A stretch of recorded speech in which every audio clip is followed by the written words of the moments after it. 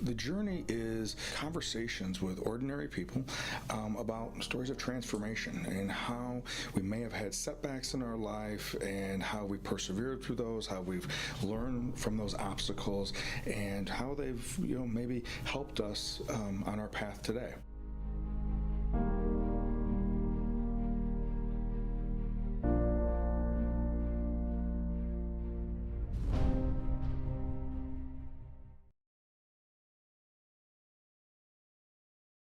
Well, welcome to the journey. My name is Kevin Polky, and I am the host of the journey. And today, this is a long-awaited guest coming onto the show. I've known Joe Mullikin for an extended period of time, and we have tried different times over the last few years.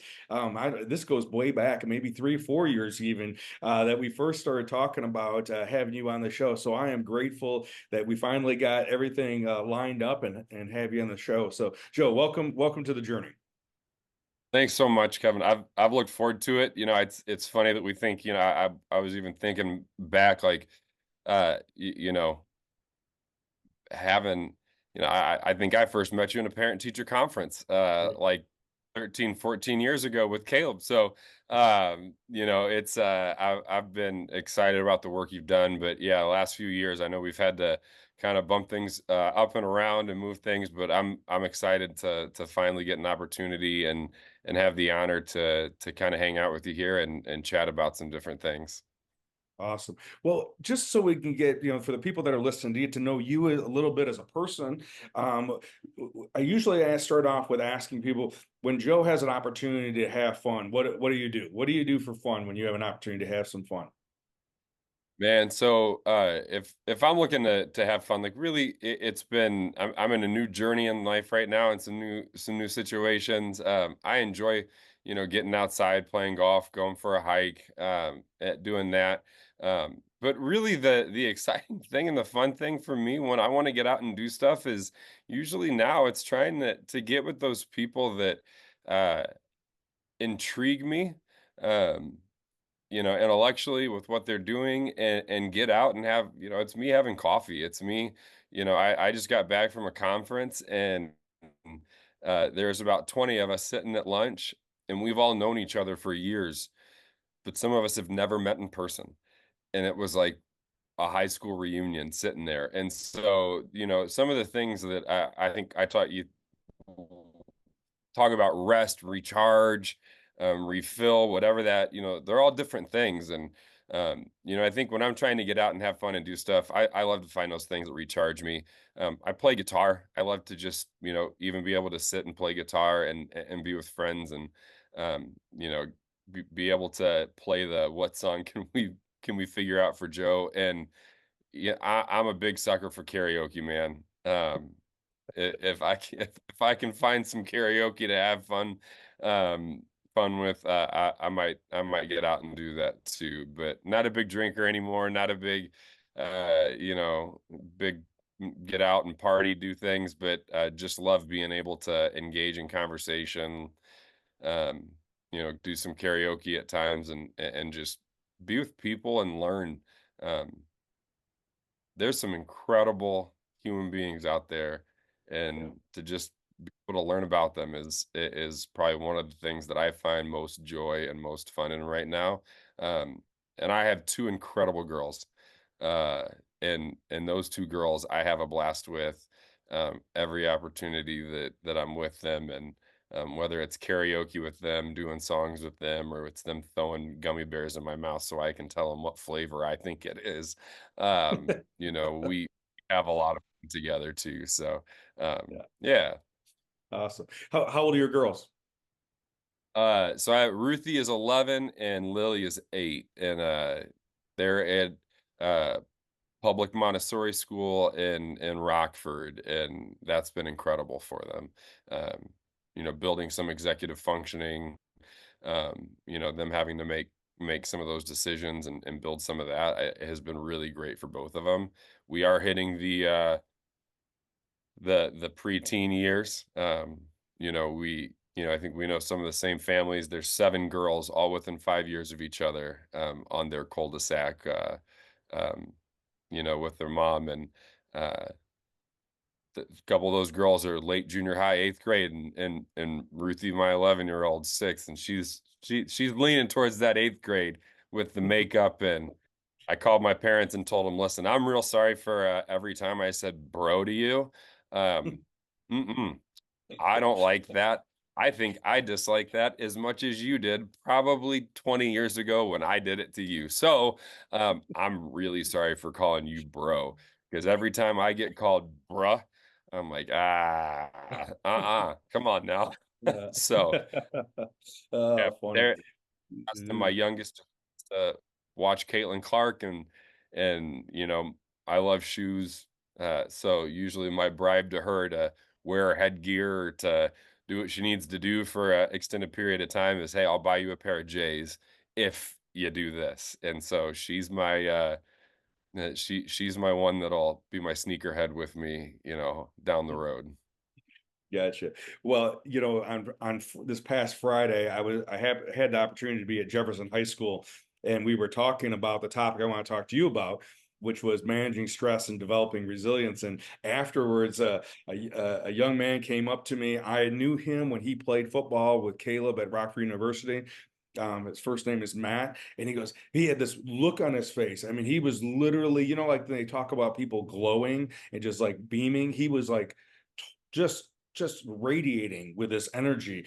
He goes, I got to show you. And he showed me a picture of his child, and he showed me a little video of it. And he goes, man, I just love, and he was just beaming, and saying that all he wants to do is be in their space and be with them. And so it was funny. And I said to him, I said, every stage is the best stage.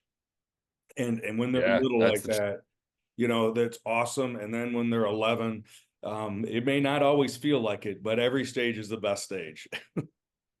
and it's the same thing. They're on the front of my phone, so every time I'm with people and doing stuff, it's always like hey, all right, I'm gonna do the proud dad moment. Here's a picture of my two girls.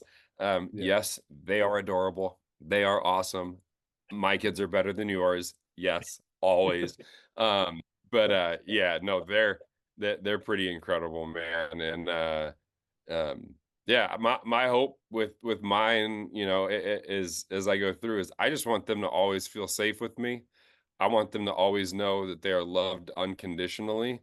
And one of the most important things for me is that I want them to know that I find them incredible and find them beautiful, not because of what they wear, not because of how they look, and not because of what they have, but because of who they are. And it's continuing to communicate that message to them over and over and over and over again, and just be that solid, consistent presence communicating that. Because man, I have a soft spot for every woman that's out there, having two daughters, having been a principal in an elementary school, primarily working with, I had one male staff member in my time there, with 52 staff members, right? I just have this soft spot of, with my daughters, I want them to always feel safe around me. I always want them to feel like they are beautiful and loved because of who they are, not because of anything else. And I think is a culture, we have so many opportunities and places where we communicate that that's not the case. So, I had to deal with my girls that you got to be 18 or graduate from high school before you have social media if you want dad to, like, help out with cell phone, car, any of that stuff, because that's not good for you. Let's avoid that. So, but yeah, I wanna support them in doing that. Yeah, awesome. Well, with that, want to talk a little bit about, as an educator, you've been an educator. Yeah, tell us a little bit about your journey as a professional and as an educator, and tell us a little bit about that journey, and then I'll lead into our topic. Yeah, so I'll do the real quick 30-second rundown of it. So education wasn't my first path. I was exercise science and kinesiology. Wanted to do physical therapy, do some other stuff. Thought maybe I was called into ministry. Well, wasn't. I ended up going back to school, got my master's at Rockford University, and then I began teaching. And so I taught high school science, I coached basketball and baseball. Um, and then I moved from being a high school teacher to a pre-K to second grade principal. Did that for 7 years. During that time, worked as the director of a lot of different things. We were in a smaller school district just south of Rockford, and then was hired as the official assistant superintendent and the incoming superintendent a couple years ago, in that same district in Meridian, and was the acting superintendent. And in this past May,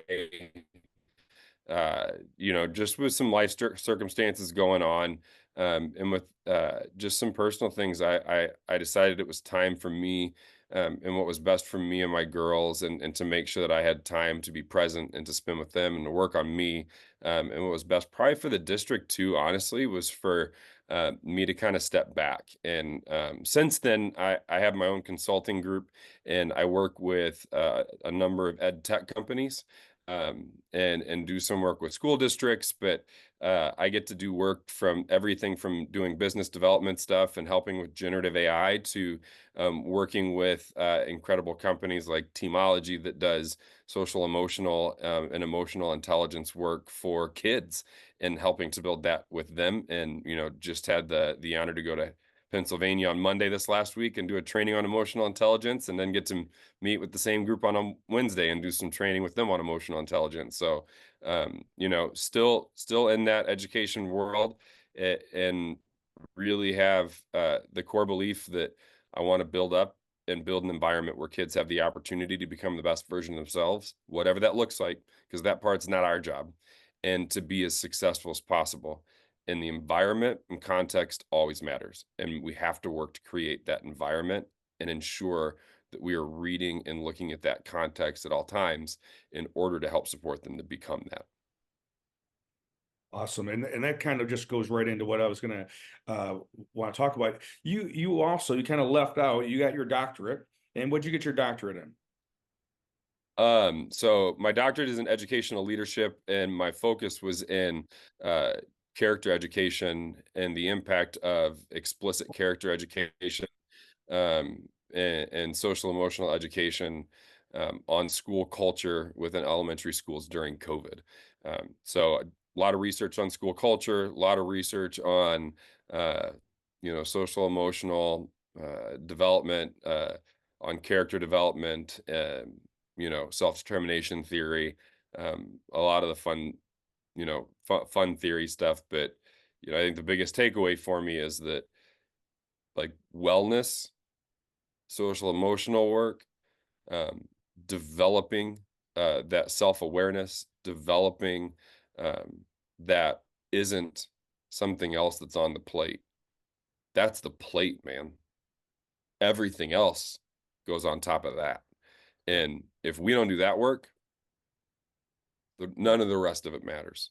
Um, Yeah, and I've seen that in my own life too.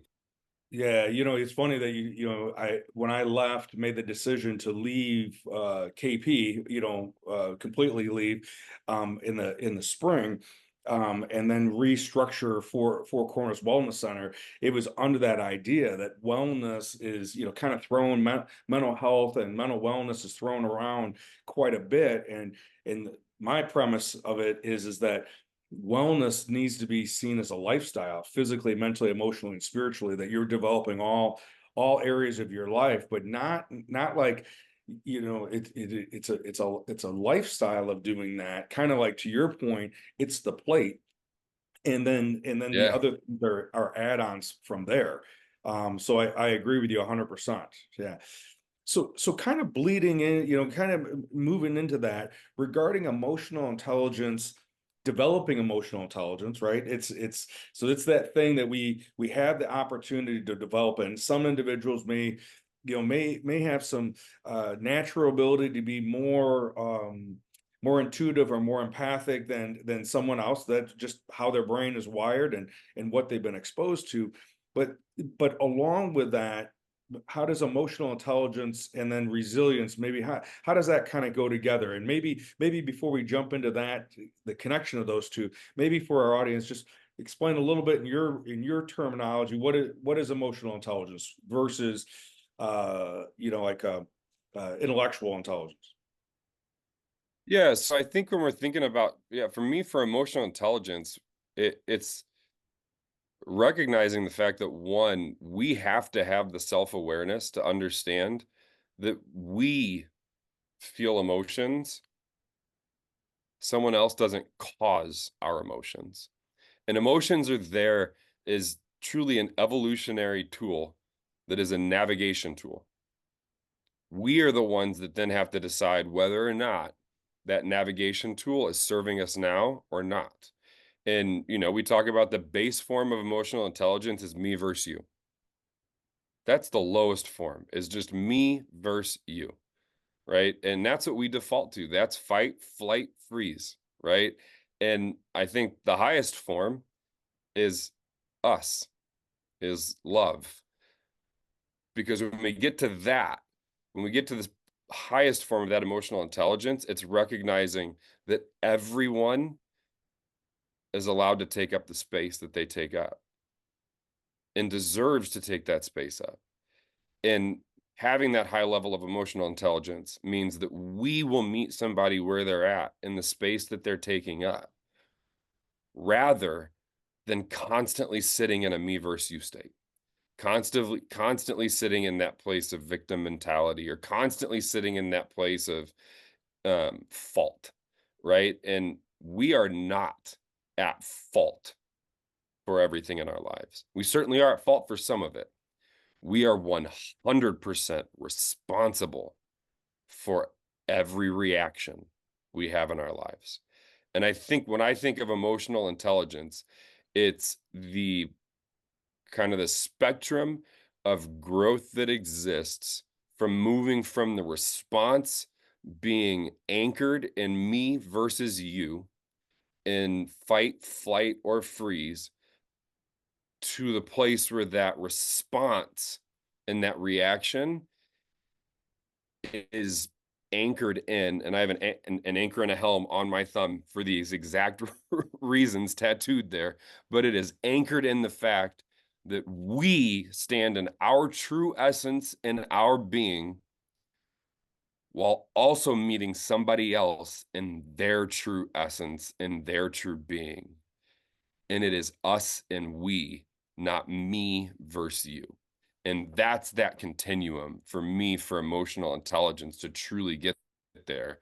And I don't think it's a place that we finish. Like, the last day I want to finish growing in my emotional intelligence, like, it is the day that the coffin closes, right? Like, I don't want to finish that growth, finish that work until I get to that day. So that's really where I kind of view that emotional intelligence versus the intellectual intelligence, because we can know a lot of stuff, but just because you know it doesn't mean you do it, or you live it, or you know how to do it. It's just not, it's that knowledge and wisdom component, right? Knowing versus doing. Well, and it's interesting, with it, as we talked a little bit before, we talked about the idea of the importance of developing resilience within all of us, but specifically within young people, right? And I know when I was doing this, when I originally started doing the research on this, back in 2017, the research that I was finding at that time was that as educators, that for us to develop resilience in students, we have to first look at one, have a mindset of gratitude. So that goes from Yep. the us versus them victimhood to this idea of opening up my mind and being grateful for what I do have, regardless of the circumstances. And then what are my own stories of resilience, so that I'm more apt to be able to see opportunities to coach someone who is going through something that's a struggle and resist the temptation of fixing it for them. Yeah, and I think one of the things that, analogy I use a lot is, I fight clinical depression, man. Like, but one of the things that I've realized is that a lot of times I'm fighting the same monster. He's just wearing different clothes. And so when I can recognize that I'm fighting the same monster, it's just different clothes, then I know that the same strategies and those same mechanisms and those same coping skills, both maladaptive and like adaptive strong skills, those are the same ones that I can use regardless of the clothes that the monster is wearing. And it also allows me to go, okay, when I'm using this maladaptive coping mechanism, oh, I know where I'm actually at. Like I know what I'm actually feeling now because I'm fighting the same monster in different clothes, and it always elicits the same response. So I'm recognizing that this is a maladaptive behavior. I want to change it. Well, to change it, I got to kind of know what I'm fighting. So getting that recognition, like you said, when I can look at my own um, areas where I've developed resilience and where I've done that and be able to make those connections, I think it helps me to recognize and support other people to know that we don't have to fight an army. What we're really probably fighting is a handful of monsters. They just always wear different clothes in different contexts and different environments and different situations. And it's helping to really drill down to what one it is that we're fighting and which one we are developing resilience with. And then how do we continue to strengthen the resilience when we're in the battle against that monster, not against the other 70. Instead of going up and going every time it's a brand new army and I got to relearn everything again. It's honing that in. Yeah. Well, And I know one go, you no, said, go, Kevin, too, yeah. was Yeah. it's, um like one thing I just want to say with kids is like failure is one as adults that we build resilience against, right? Like that's one of the biggest areas that like we continue to have to build resilience against. Babies aren't born with a natural disposition against failure. They don't care. They try to walk, they try to crawl, they stick their heads on the floor and they slide their heads along the floor trying to walk. They fall over and over again. They stick stuff in their mouth, they spit it out. They aren't having emotional responses to failure. That's not a nature thing. That's a nurture thing. We are teaching that. We are teaching a disposition against failure, and we are building that. Like what would the world look like if we built dispositions in our kids that said failure and mistakes are part of the journey and the growing process, rather than failures and mistakes are indications of insufficiencies and like areas that you don't have? Because when we do that, we revert every single one of those kids to a me versus you. Because if they failed, somebody else didn't. And at that moment, when we do it as a straight failure, when we do it as a you should feel bad about this, it's an insufficiency, you're not good enough, you're not, all we're doing is building a disposition where they go, I don't want to fail. I don't want to fail. I don't want to fail. I don't want to fail. I don't want to fail. And then one of the most maladaptive coping mechanisms that we create is a resistance to trying something that they might fail at, which means that we inhibit innovation, we inhibit creativity, we inhibit exploration, we inhibit that excitement about life. Because now what we have created is a cog in a machine that is afraid to break and afraid to fail, because if they do, somebody else is going to take it. And there's enough space in this world for everybody to be successful. And like you said, it's that gratitude. Like I think that highest level too of that us and that we is not only being gracious and gratitude for who we are, but being gracious and having gratitude for who everybody else is too. And being able to like be as excited about their wins as we are about ours. And and I think it's so important to build that in kids and to create environments for them to do that, where we're not just moving stuff out of the way. What we got to do is build mindsets where that resilience exists, because nobody, like, my favorite quote is that the path to the top of Mount Everest is filled with people who are highly ambitious and highly trained individuals. It's littered. Our kids don't want to do that.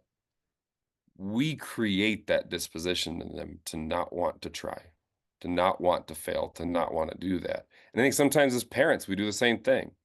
We had helicopter parents and people that wanted to sit over. Like in my experience, there's far fewer helicopter parents than there are bulldozers.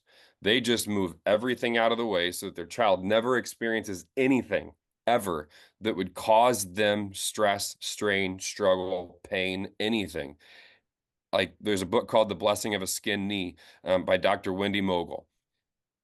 Like we got to let our kids fall down. We got to let them go through some stuff so that they can build resilience. Resilience doesn't get built by like on its own. It doesn't happen by chance. It happens by going through things. My daughters are going through some struggles right now with stuff going on in our family. And God, Kevin, do I want to fix that for them? Man, like it breaks my heart that I can't fix that as a dad. And there are nights that I lay there and feel like I am a failure as a man, as a father. I'm an educator. I have my doctorate. How am I sitting in this? But I also know that I have to be there to support my girls through this, not remove all of it for them, because this resilience is going to serve them later in life. This resilience that's going to build in them ultimately is going to make them better humans. But when we move everything out of the way for them, all we're doing is we are manifesting and creating the dang problem that we are all complaining about every day, which is we have an entitled generation. We have an entitled generation. We have a generation of kids who feel like they're victims. Well, guess what? Guess who raised them? We did. So maybe we take ownership of the fact that maybe we created an environment and a situation that did that instead of saying it's just their fault. Because what they think here is you moved everything out of the way from me. I did everything I thought I was supposed to do. And I hit my first thing. I hit that first stressor, that first barrier, that first rock that I couldn't get out of the way. And now I don't know what to do. Of course you don't know what to do. You never had to do it before. And so, sure, you revert to me versus you. Sure, you say at that point, no, I'm not working for a job that doesn't pay at least $80,000. No, I don't want to work on weekends. No, I want to. Cool.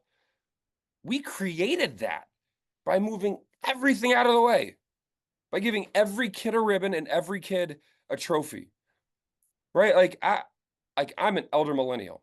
So everyone didn't get a trophy. There were winners and there were losers. And you know what? That's an okay thing. But it's an okay thing so long as we're teaching the lesson, so long as we're actually teaching the kids the lesson about the fact that, hey, there are winners and losers. But it's part of the journey. It's part of learning. It's part of growing. It's part of getting better. And we should be so much more excited in life about failing than about winning, because winning never taught anyone a damn lesson. Like on my wrist, I have a tattoo that says man in the arena. I have man in the arena hung on the first floor of my townhouse, on the hallway in my townhouse, going up the stairs, and in my room.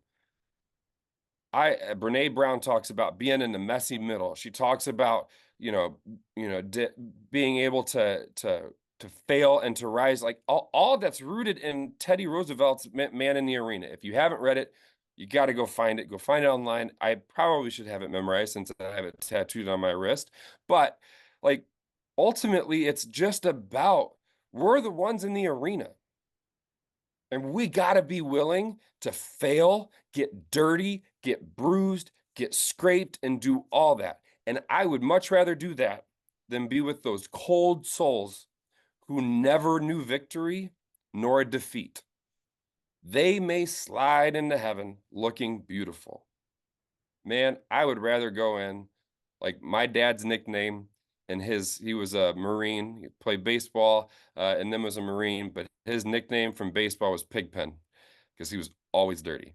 And his call sign when he was a Marine was Pigpen because he was always dirty. right? Like, and that was one thing that I think I learned from him was that life's messy and life's dirty. And like we're messy and we're not perfect. But we got to learn the lesson. We got to learn what we do with that.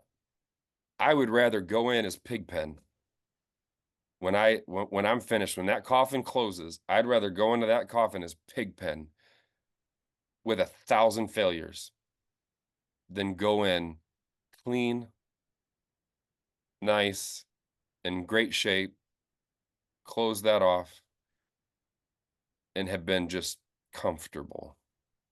Because boy, is comfortable Yeah.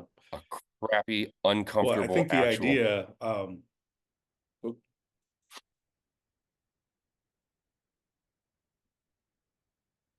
I think I might have lost you there for a second. Um, Oh, no, never mind. There we got you. Sorry about that. Yep, no worries. No, I think no, you make some great points because I do think, with this idea of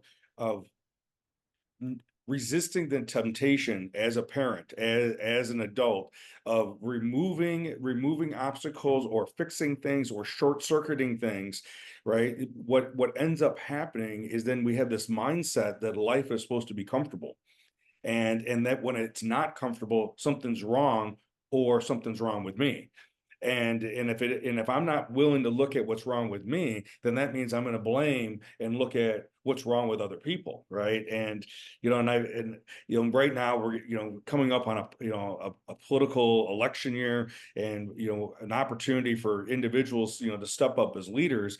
And like you were talking about, from an emotional intelligence, a leader, in whatever capacity, not just in politics, but in business and in education and different aspects of it, being able to be aware enough that everyone has a place at the table, and Yeah. how do we look at developing solutions, for whatever obstacles are happening, not to remove the obstacles, but to recognize the obstacle is the current teacher, because it hasn't gone away.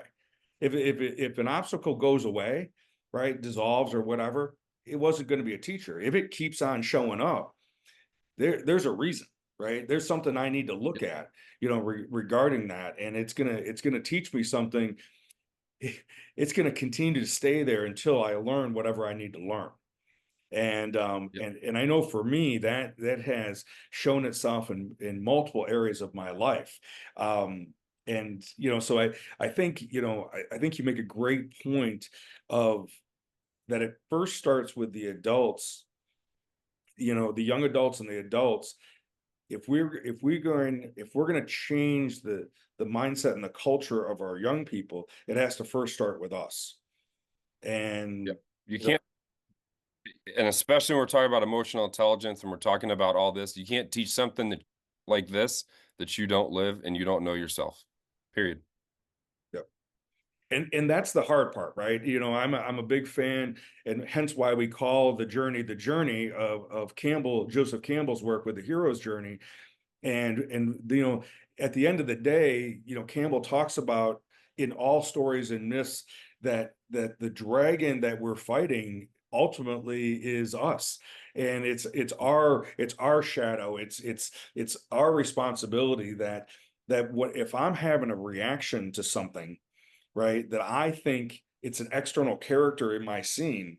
It's only because it's something, it's my button that's getting pushed, so it's my responsibility to make the head of the button smaller. Yep. And it's, I talk, everybody's heard it. The event plus the response equals the outcome, right? I'm assuming many people, and that's probably some, bias there that maybe everyone knows that, but there's events in life, we respond to them, and that is what yields the outcome we get. I don't think we often talk about the fact that the outcome is the next event Yeah, yeah, that provides the next. And I think what happens is there's two things in life that exist all at all times: us in the context and the environment.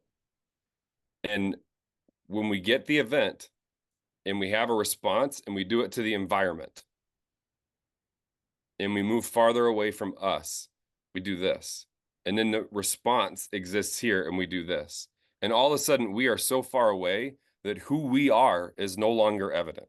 All we are doing is in a reactive cycle responding to the environment that we are in. And when we do that, it's not us. We have no essence. And we have to default back to me versus you. We default back to lizard brain. We default back to, fight, flight, freeze. And I'm like, I will tell you, the people I associate in ed tech and the people I associate with in schools are the ones that sit there and go, there is enough problems for all of us to solve, and there is enough food for everyone to eat. I sat at that lunch I was telling you about, and there were competing companies sitting there together, laughing, having lunch, and talking to each other about new things they were doing.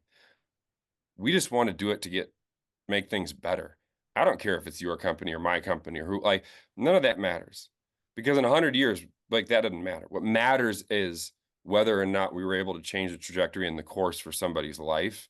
And doesn't need to be my credit for that. Doesn't need to be your credit for that. It just is, what are we doing to make that difference and to be part of helping to progress and move that forward. And like you said, I think it starts with our young people. I think it starts with our kids.